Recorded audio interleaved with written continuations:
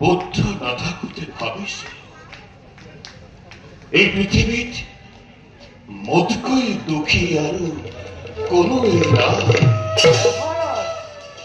কিন্তু আজি পিতৃ হৈ ভাবিছো মোতকৈ দুৰ্ভগীয়া আৰু কোনোৱে নাই।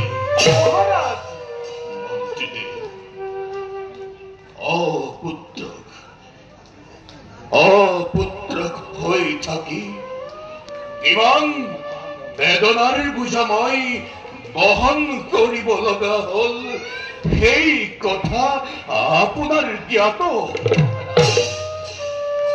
শেষত নাৰদৰ নিৰ্দেশ মতে শ্বেত বিষ্ণু যজ্ঞ পাতি পুত্ৰ হিচাপে লাভ কৰিলো মই ব্ৰহ্মাক্ষ। ভাবিছো ভগৱানে যেতিয়া মোৰ মনোবাঞ্ছা পূৰ্ণ কৰিলে মোৰ দুখৰ দিনো অন্ত পৰিব। পিছে মিছা মহাৰাজ, মিছা, সকলো মিছা।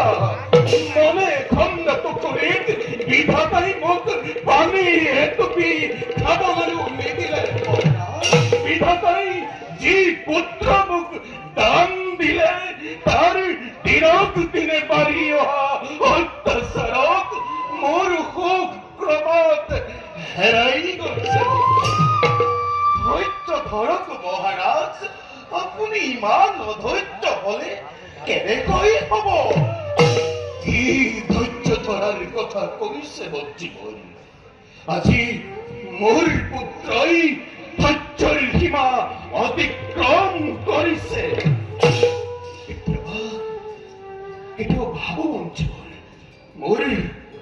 মোৰ এই কুলাংগৰ পুত্ৰক ত্যাগ কৰি মোৰ লগতে ৰাজ্যৰ প্ৰজাগণৰ কল্যাণ সাধন কৰো বুলি।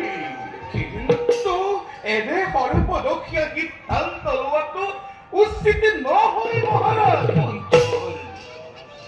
সৰ্বনাশীয় নহয় মন্ত্ৰীবৰ, এই সৰ্বনাশৰ পৰা ৰক্ষা পাবৰ কাৰণেহে মই এনে উপায় চিন্তা কৰিছো।